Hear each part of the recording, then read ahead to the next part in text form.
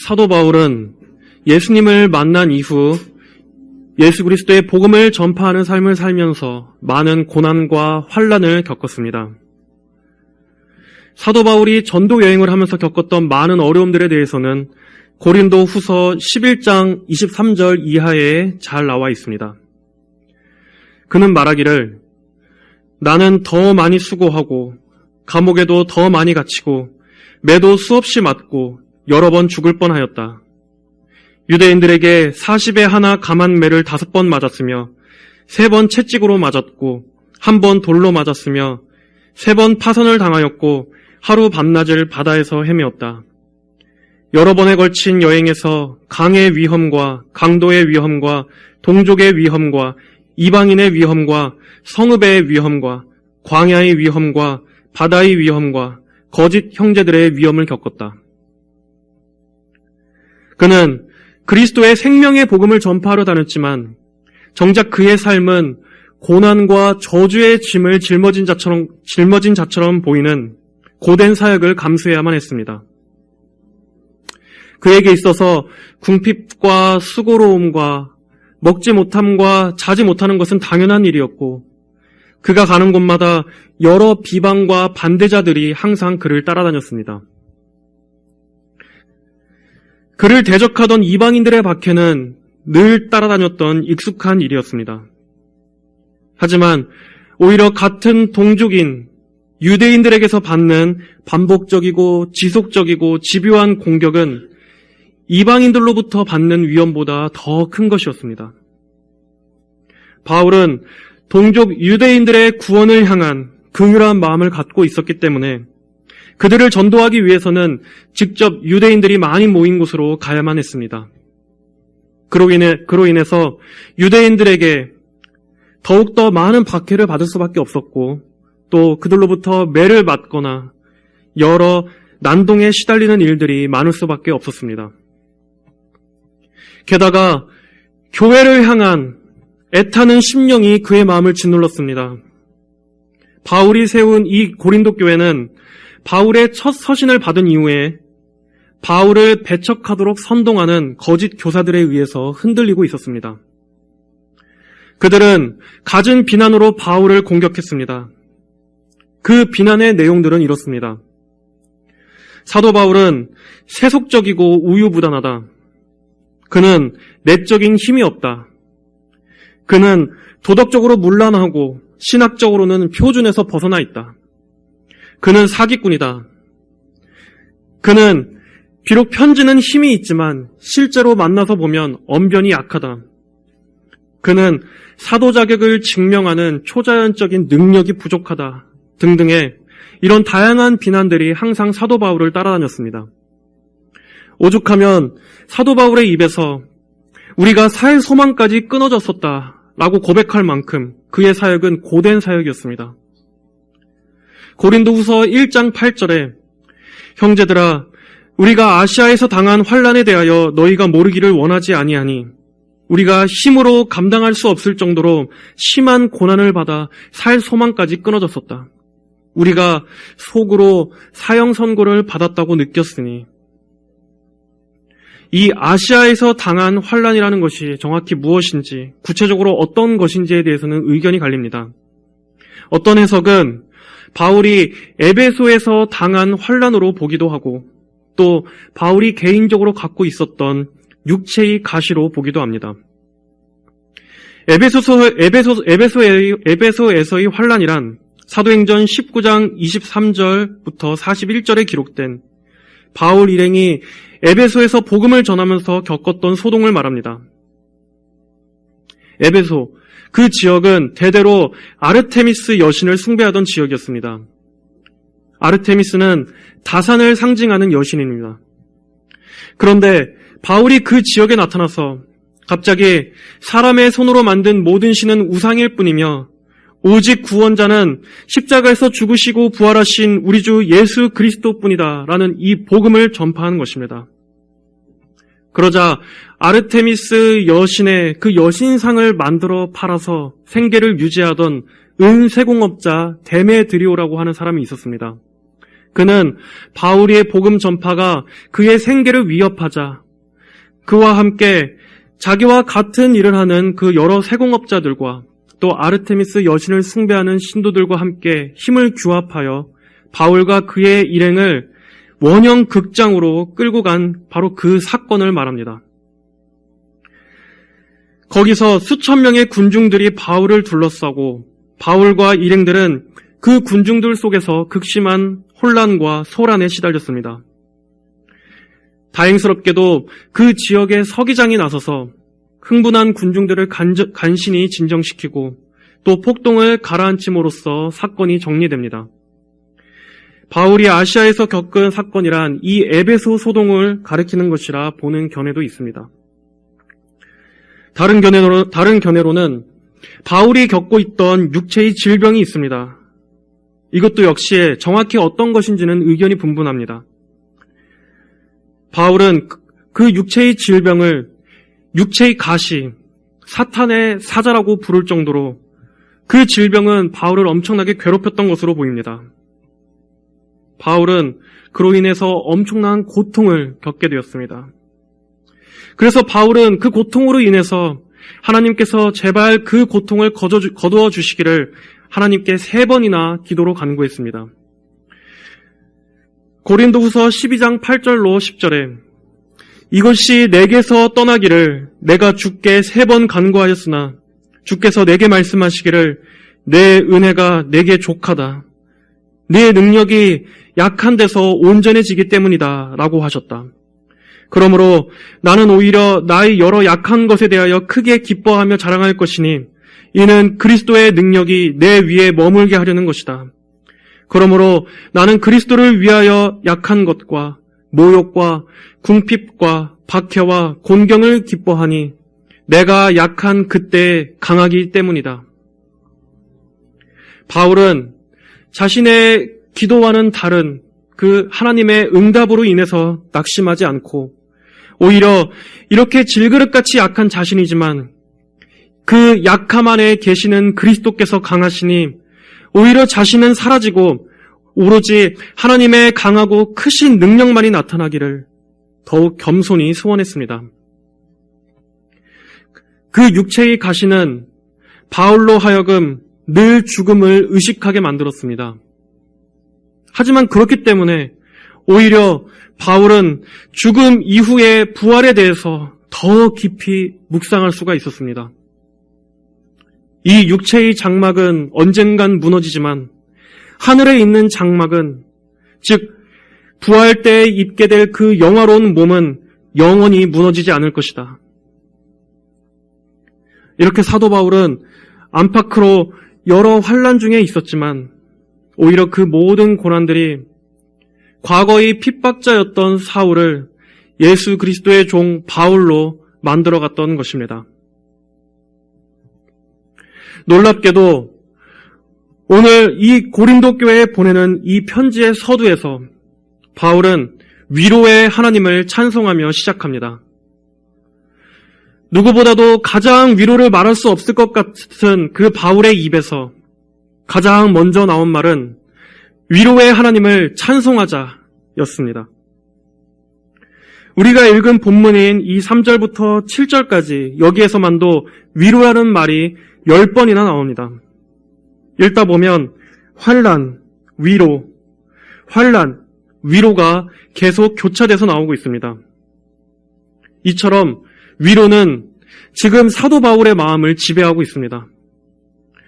바울은 3절에서 말합니다. 찬송하자.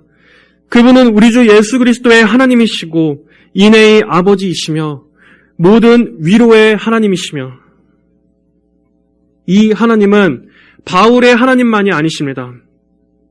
바울과 함께 그리스도를 믿는 우리 모든 성도들의 하나님이십니다.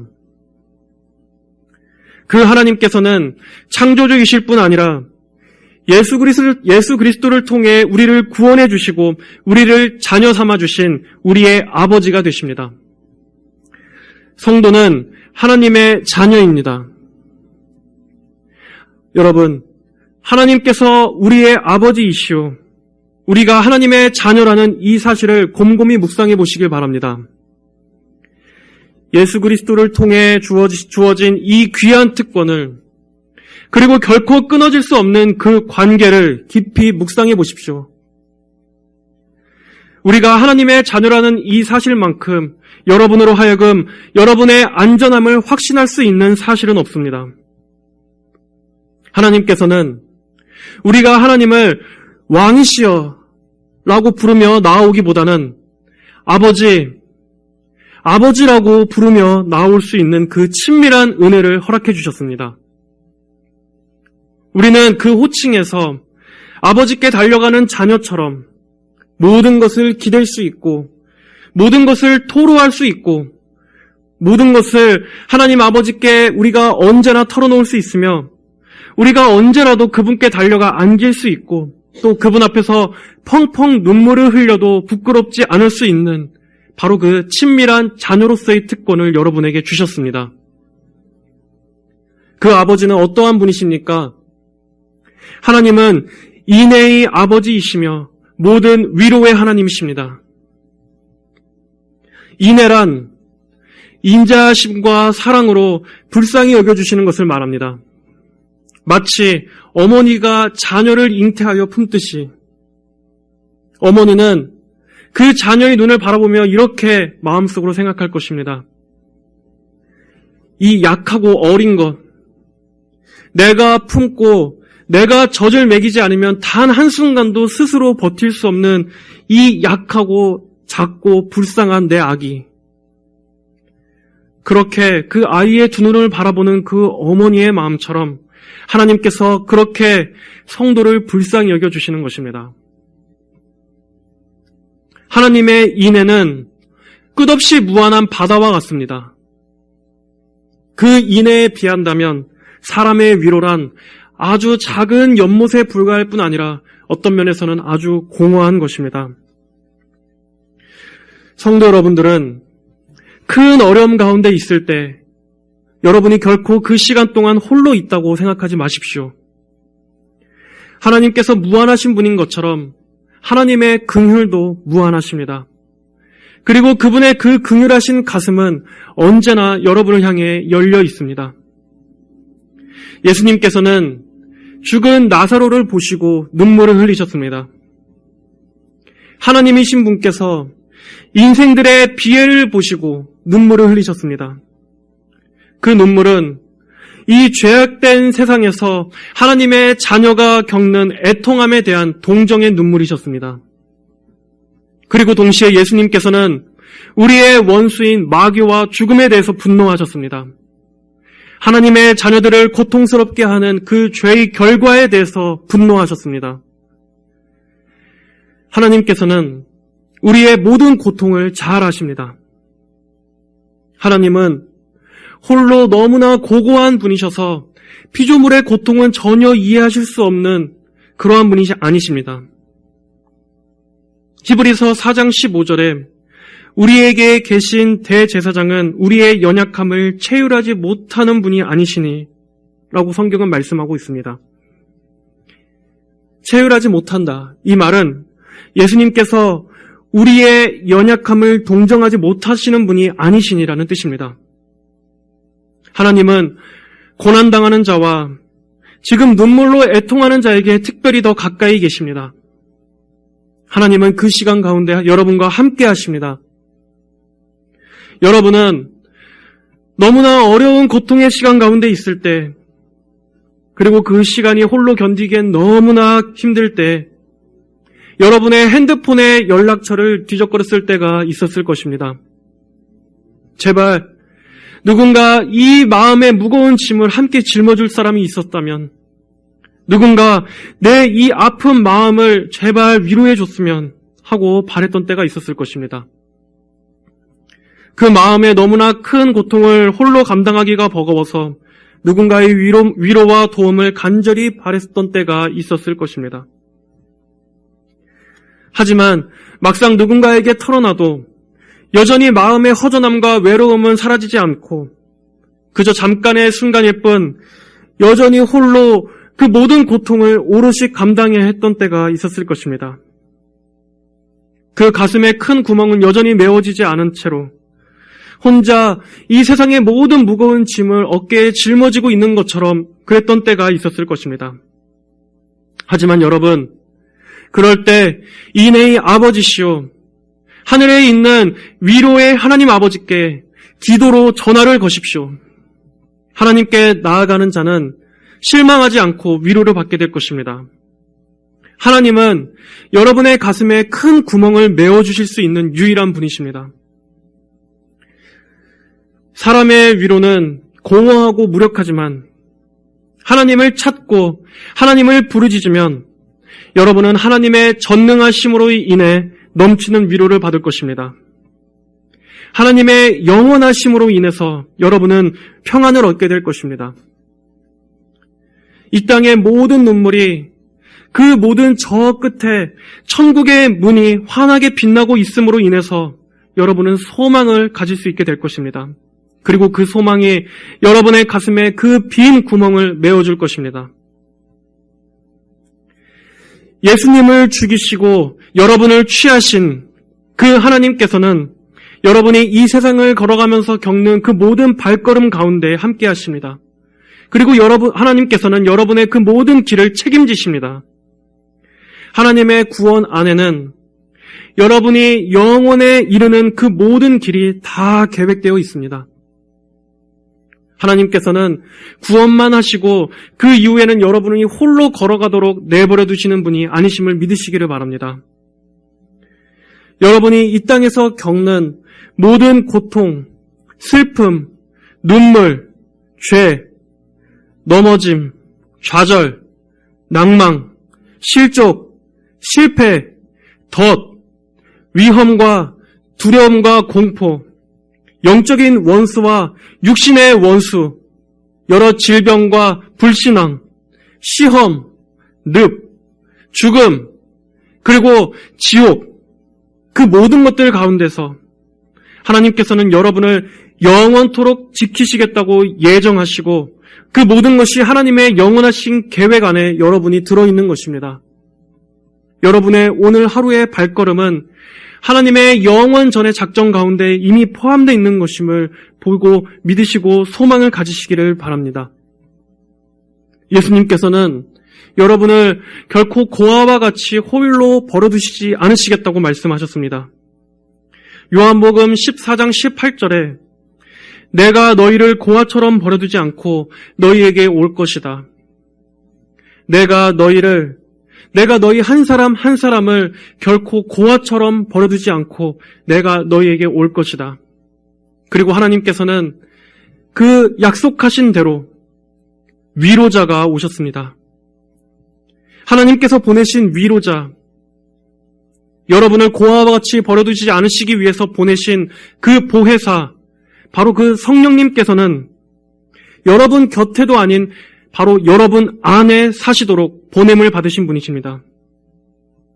여러분의 힘과 여러분의 지혜와 여러분의 정신력과 여러분의 노력으로 이 광야에서 살아가도록 내버려 두시지 않으시고 하나님께서는 성령님을 여러분 안에 내주하시도록 하셔서 여러분의 그 길을 인도하시고 지키시고 또 여러분의 마음을 붙들어 주시도록 보내주신 것입니다. 이처럼 성도의 삶 위에는 삼위일체 하나님의 전폭적인 위로와 도움이 있습니다. 극심한 고통 속에서 여러분의 믿음의 시야가 좁아질 때 여러분은 하나님의 영원하신 예정을 바라보십시오. 하나님 그분 자체를 묵상하십시오. 그리고 여러분의 마지막이 어떠한 영광으로 마치게 될지를 기억하십시오. 그 영광스러운 빛 가운데 이 땅의 모든 슬픔들이 묻히고 사라질 것을 바라보십시오. 혹시 여러분은 하나님께서 이 하늘과 땅, 천지를 창조하신 것은 믿으시면서도 그 하나님께서 여러분에게 위로를 주시는 것은 불가능하다고 생각하고 있지는 않습니까? 온 우주를 창조하시고 지금도 온 세상을 하나님의 주권으로 다스리신다는 것을 믿음으로 고백하면서도 정작 하나님께서 성도들의 심령 가운데 말씀으로 위로하고 계신다는 것은 공허하게 듣고 있지는 않습니까? 하나님께서 여러분의 훗날 그 영원하고 완전한 구속을 이루어 주실 것을 믿는다고 생각하면서도 지금 이 고통의 때에 하나님께서 여러분과 함께 계신다고 생각하는 그 믿음은 설령 그 믿음은 없는 것은 아닙니까? 하지만 여러분, 천지를 창조하신 하나님의 그 능력과 같이 성도들을 모든 환난 가운데서 위로하신다는 이 말씀의 능력 또한 동일한 것입니다. 하나님께서는 지금 이 순간의 위로뿐 아니라 여러분을 위한 더 크고 영광스러운 위로를 아주 넉넉하게 예비해 주셨음을 보게 되시길 바랍니다. 고린도후서 4장 17절의 말씀입니다. 우리가 잠시 받는 가벼운 환난은 비교할 수 없을 정도로 영원하고 무게 있는 영광을 우리에게 이루어 준다. 물론 여러분이 겪는 지금의 그 어떤 고통도 결코 가볍지 않음을 알고 있습니다. 하지만 여러분이 곧 누리게 될 그 영광과 함께 현재의 고난을 저울에 둘이 이렇게 올려놓고 본다면 여러분을 고통스럽게 하는 지금의 그 고난도 영원하고 무게 있는 그 천국의 영광 앞에서 가벼운 고난이 될 것입니다. 시편 39편 4절 여호와시여 내 생의 끝과 수명이 어떠한지 깨닫게 하셔서 내가 얼마나 허무한지 알게 하소서. 시편 90편 10절 우리의 연수가 70이고 강건하면 80이라도 그 연수의 자랑은 수고와 슬픔뿐이고 신속히 지나가니 우리가 날아갑니다. 이 땅에서의 모든 고난도 언젠간 지나갑니다. 영원한 것이 아닙니다. 하지만 하늘에 예비되어 있는 여러분의 진정한 거처는 영원한 곳입니다. 그곳은 어떠한 곳입니까? 요한계시록 22장 1절부터 5절까지는 여러분이 거하게 될 그 영원한 곳에 대해서 묘사하고 있습니다. 또 그가 맑은 생명수 강을 내게 보여주었는데 하나님과 어린 양의 보좌로부터 흘러나와서 그 성읍의 거리 가운데로 흐르고 강 양쪽에 생명나무가 있어 12가지 열매를 맺되 달마다 열매를 맺으며 그 나뭇잎들은 만국 백성을 치료하기 위하여 있었다. 또 어떤 저주도 다시 있지 않고 하나님과 어린 양의 보좌가 그 안에 있을 것이며 그분의 종들이 하나님을 섬길 것이다. 그들이 그분의 얼굴을 볼 것이요 그분의 이름이 그들의 이마에 있을 것이다. 다시는 밤이 없고 그들에게 등불이나 햇빛이 필요하지 않을 것이니 이는 주 하나님께서 그들을 비추실 것이기 때문이다. 그들이 영원 무궁히 다스릴 것이다. 하나님께서는 비록 당시에는 여러분이 기대하는 바와 여러분이 기대하는 위로와는 다를지 몰라도 여러분을 위한 더욱 크고 무게 있는 영광을 예비해 주셨습니다. 성도가 누리는 위로는 이처럼 영원하고 더 궁극적인 위로라는 것을 기억하시길 바랍니다. 오늘 본문 4절에서 바울은 이렇게 말하고 있습니다. 우리의 모든 환난 가운데서 우리를 위로하시는 분으로서 우리 자신이 하나님께 받는 위로로 모든 환난 가운데 있는 자들을 능히 위로하게 하시는 분이시다. 바울을 공격하는 대적자들의 비난들 중에서 가장 결정적인 비난은 바울이 하나님의 일꾼이라 하기에는 너무나 많은 고난을 당한다는 것이었습니다. 아니 어떻게 하나님의 일을 한다고 하는 자가 어떻게 저렇게 많은 고난을 당할 수가 있는가?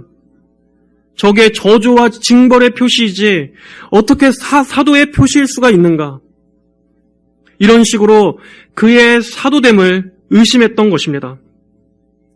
그러나 고난을 많이 당한다는 것만으로 그를 거짓 사도라고 공격하는 것은 말도 안 되는 것이었습니다. 오히려 바울은 그토록 많은 고난과 박해야말로 자신이 예수 그리스도께로부터 임명받은 참 사도인 것을 증명한다고 변호했습니다. 바울이 모든 고생과 수고만 가득한 그 사역 속에서도 고된 사역을 감당할 수 있었던 것은 그럼에도 넘치도록 부어주시는 하나님의 위로와 능력이 있었기 때문이었습니다. 많은 고난을 당했지만 그 고난을 덮고도 능가하는 하나님의 위로 또한 바울은 체험했습니다. 우리는 성도라고 해서 고난이 없을 거라고 착각해서는 안 됩니다. 오히려 바울의 선교팀은 주의 일을 하면서 가는 곳마다 말로 다 할 수 없는 어려운 고난을 당했습니다. 만약 성도라고 해서 고난이 없다면 오늘 여기 이 말씀에 나와 있는 우리의 모든 환난 가운데서 우리를 위로하시는 분이라는 이 말씀도 없어야 할 것입니다. 오히려 성도는 하나님께 충성될수록 더욱더 많은 환난과 박해를 받습니다. 성경은 우리가 하나님 나라에 들어가려면 많은 환난을 겪어야 한다고 말씀하고 있습니다. 또한 의인은 고난이 많다고도 말씀하고 있습니다. 성도가 이 죄악된 세상을 떠나서 천국의 도성으로 달려가기 시작하면 그 순간 보이지 않는 마귀의 세력 역시 성도를 쫓아 추격해 오기 시작합니다. 주변의 불신자들의 마음을 자극해서 그들로 하여금 하나님의 자녀를 향한 미움과 적대감이 일어나도록 조장합니다. 주변의 모든 사람들과 또 모든 상황들과 환경들을 통해서 믿음으로 살아가는 성도의 길을 회방하고 하나님의 일의 확산을 막기 위해서 모든 수단과 방법을 다해 성도와 교회를 공격합니다. 성도가 이 땅에서 겪는 다양한 어려움들은 이처럼 하나님께서 허용하시는 고난 외에도 마귀가 쏘아대는 불화살들을 포함합니다. 하지만 오늘의 말씀과 같이 이 모든 어려움 가운데서 하나님께서 성도와 함께 하십니다. 우리의 모든 환난 가운데서 우리를 위로하시는 분으로서 하나님께서는 특별히 우리 안에 내주하시는 성령을 통해서 여러분이 쓰러지려고 할 때마다 여러분에게 내적인 힘을 부어주시고 또 필요한 때에 영적인 힘을 공급해 주시며 또한 피할 길을 내시며 또 피할 수 없는 고통이라면 그것을 받아들이고 그것을 초월하여 평강을 유지할 수 있도록 성도를 위로하십니다. 이것이 하나님의 자녀만이 누릴 수 있는 이 세상에 감당하지 못하는 믿음인 것입니다. 여러분, 성도에게 주시는 그 어떠한 시련도 절대 그것은 형벌이나 재앙이 아닙니다. 아직 우리에게 어떤 대속되지 않은 여죄가 남아있어서 그에 대한 처벌로서 하나님께서 여러분에게 재앙을 주시는 것이 아닙니다. 그리스도 예수 안에 있는 자에게는 결코 정죄함이 없다고 말씀하셨습니다. 우리의 죄는 법적으로 완전히 사면되었습니다. 그러므로 성도에게 주시는 고난은 모든 것이 성도의 유익을 위해서이지 절대 성도를 멸망시키거나 죽이기 위해서 주신 것이 아니라는 것을 여러분은 믿으시기를 바랍니다. 고난을 통해서 성도는 부패한 본성을 회개하며 점차 성화되어져 갑니다. 그 마음 안에서 세상이 점점 제거되고 세상 사랑을 십자가에 못 박게 됩니다. 그렇게 점점 연단되어져 가면서 한 사람의 성도가 점점 그리스도 예수의 사람으로 천국에 합당한 자로 자라나게 되는 것입니다. 그리고 여기 4절 후반부의 말씀대로 우리 자신이 하나님께 받는 위로로 모든 환난 가운데 있는 자들을 능히 위로하게 하시기 위해서 하나님께서는 우리에게 고난을 허용하십니다. 우리는 환난을 통해서 환난당하는 자들을 돕는 법을 배우게 됩니다. 크게 아파본 사람이 병든 자의 그 고통을 이해할 수 있듯이 가난을 겪어본 사람이 경제적으로 어려운 이의 형편을 헤아릴 수 있듯이 극심한 마음의 고통을 겪어본 사람이 누군가의 정신적 고통에 공감할 수 있듯이 하나님께서는 성도에게 큰 환난을 겪게 하셔서 다른 이들에 대한 긍휼의 마음을 갖게 하십니다. 그리고 거기서 끝나는 것이 아니라 그 고통 중에 우리 본인이 하나님으로 인해서 위로를 받는 경험들을 하게끔 하셔서 다른 환난 중에 있는 이들 역시 예수님으로 인해서 위로받을 수 있도록 우리가 그 위로를 전달하는 자로서 우리에게 고난을 겪게 하시는 것입니다. 특별히 사역자들에게는 더 큰 고난을 허용하십니다. 그래야만 하나님의 일꾼들이 고통 중에 절망하고 있는 하나님의 백성들의 그 마음과 영적인 고통을 더 잘 헤아리고 그들의 형편을 예수 그리스도의 긍휼한 마음으로 돌볼 수 있기 때문입니다. 그래서 하나님의 일꾼들에게는 더욱더 특별한 큰 고통과 영적이고 육적인 시련들, 많은 어려움의 짐들을 짊어지우십니다. 하지만 동시에 그 모든 것들을 덮고도 남을 만큼의 큰 도움과 기적 같은 은혜들을 베풀어 주셔서 한 사람의 흙이고 질그릇 같은 한 인간이 하나님의 그 영원하고 무거운 영광스러운 그 사역을 감히 능히 감당할 수 있도록 하나님께서 도와주시는 것입니다. 그래서 하나님의 일들을 하는 데 있어서 그 사람의 힘과 능력과 재간이 아닌 오로지 전적으로 하나님의 전적인 능력에만 매달릴 수 있도록 하나님의 일꾼들을 그렇게 훈련하시는 것입니다. 성도들도 마찬가지입니다. 물론 성도 여러분에게 닥치는 갖가지 가혹한 고난은 너무나 힘이 듭니다. 하지만 연단의 차원에서 볼 때는 성도에게 고난이 있는 것은 좋은 것입니다. 성도에게 있어서 고난이 있는 것은 너무나 감사하고 좋은 것입니다. 제가 여러 번 인용한 적이 있습니다. 마틴 루터는 성도에게 있어서 고난이 없는 것, 그것이야말로 가장 큰 고난이라고 했습니다. 그리고 고난과 기도와 하나님의 말씀이 한 사람을 제대로 된 그리스도인으로 만든다고 말했습니다. 정말 미칠 것 같이 힘든 당시의 고난이지만 그럼에도 성도에게 있어서 고난이 없다면 우리는 곧바로 한눈을 팔고 밖으로 나돌기 때문입니다. 언제라도 쉽게 하나님을 떠나려 하기 때문입니다. 그러므로 성도에게 있어서 가장 아름다운 모습은 그가 골방에서 기도의 무릎을 꿇는 모습입니다. 인간적으로는 정말 죽을 것 같이 힘든 시간이지만 영적으로는 오히려 그 시간이 그의 인생에 있어서 천국을 향해 가장 가까이 나아가고 있는 시간이라는 것을 믿으시기를 바랍니다. 하나님께서는 바로 그 고통의 시간을 통해서 여러분으로 하여금 내게로 가까이 나아오라, 그 수고와 무거운 짐을 짊어지고 내게로 아주 가까이 나아오라 라고 말씀하시는 것입니다. 5절을 보겠습니다. 그리스도의 고난이 우리에게 넘치는 것 같이 우리의 위로도 그리스도로 말미암아 넘친다. 여기서는 그리스도의 고난이 우리에게 넘친다고 말씀하고 있습니다. 이 말씀은 예수님의 고난이 우리 성도의 고난과 결코 무관하지 않다는 것을 말합니다. 예수님께서는 우리 죄인들을 구원하시기 위해서 먼저 그분께서 스스로 고난의 짐을 감수하셨고 선택받은 자들, 즉 우리 성도 여러분들을 위하여 그분께서 먼저 고난을 당하셨습니다. 그리고 이 말씀을 기록한 바울은 자신이 그리스도와 관계를 맺고 있는 한 그리스도께서 당한 것과 같은 그러한 고난을 당하는 것은 필연적이라는 것을 잘 알고 있었습니다. 복음의 전파와 또 교회를 세우는 데 있어서 자신이 받는 그러한 고난들은 예수님께서 우리에게 베풀어 주신 은혜에 비한다면 얼마든지 감수할 수 있는 것이었습니다.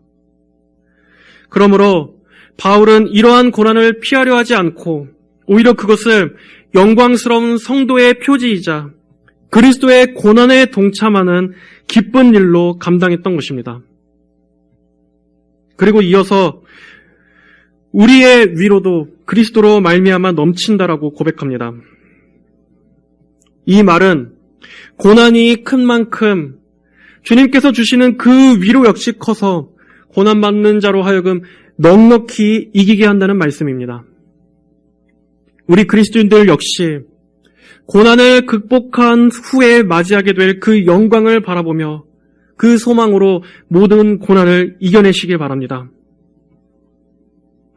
여러분이 위로를 얻을 수 있는 모든 위로들을 생각해 보십시오. 여러분이 도움을 얻을 수 있는 그 모든 소망들을 생각해 보십시오. 하지만 이 궁극적인 소망, 고난 끝에 맞이하게 될 그 영광의 소망이 아니라면 여러분에게 넘치는 위로를 줄 수 있는 궁극적인 소망이 무엇이겠습니까? 이 소망이 없다면 여러분에게 진정으로 위로될 수 있는 그 영원한 위로가 무엇이겠습니까? 우리는 성경의 성도들이 그들 역시 고난 가운데 있을 때 그들이 어떠한 믿음으로 이겨냈는지를 바라보며 그들이 바라봤던 그 소망을 여러분 역시도 품어야 합니다. 바울과 그 자신의 일행들이 그리스도와의 연합함을 통하여 고난과 역경 가운데서 하나님의 위로를 체험했듯이 고린도 교회 성도들도 그리고 오늘 이 말씀을 듣는 여러분도 그리스도와의 연합을 통하여 하나님의 위로를 받기를 소망하고 있습니다. 예수님께서는 교회의 머리가 되시고 성도 여러분들은 예수님의 몸의 지체입니다. 성도들인 여러분들이 받는 그 고난은 결코 여러분 홀로 겪는 것이 아니며 여러분의 주님께서 함께 하시는 고난임을 잊어서는 안 됩니다. 예수님께서는 교회와 성도들이 받는 그 고난을 당신 자신의 고난으로 간주하십니다. 예수님은 결코 성도의 모든 고통의 기도를 멸시치 않으시며 성도들의 눈물을 모른 척 하시는 분이 아니십니다. 그리고 여러분의 고통 중에 그 누구보다도 여러분 곁에 가까이 계심을 믿으시길 바랍니다. 여러분은 여러분의 받는 그 고난이 예수님 밖에서 겪는 고난이 아니라 예수님 안에서 그분과 함께 받는 고난이라는 것에 위로를 받으시기 바랍니다. 예수님의 위로는 여러분의 공허함을 가득 채울 뿐 아니라 여러분의 그 공허함을 가득 메우고도 오히려 흘러 넘치도록 부어주시는 위로입니다. 저는 여러분이 큰 낙심 가운데 있을 때 주님께 기도함으로 말미암아 하늘로부터 이러한 위로의 응답을 받을 수 있기를 간절히 소망합니다.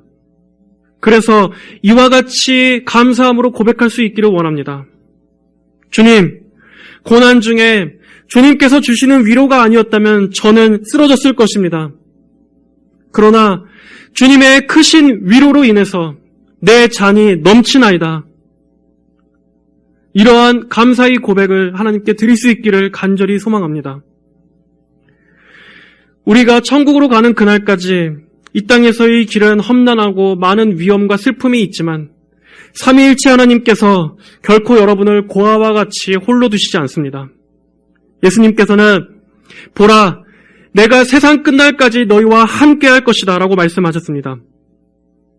사망의 음침한 골짜기를 지날 때라도 우리의 목자가 되시는 주님께서는 마침내 우리를 안전한 구원의 길로 인도하실 것을 믿으십시오.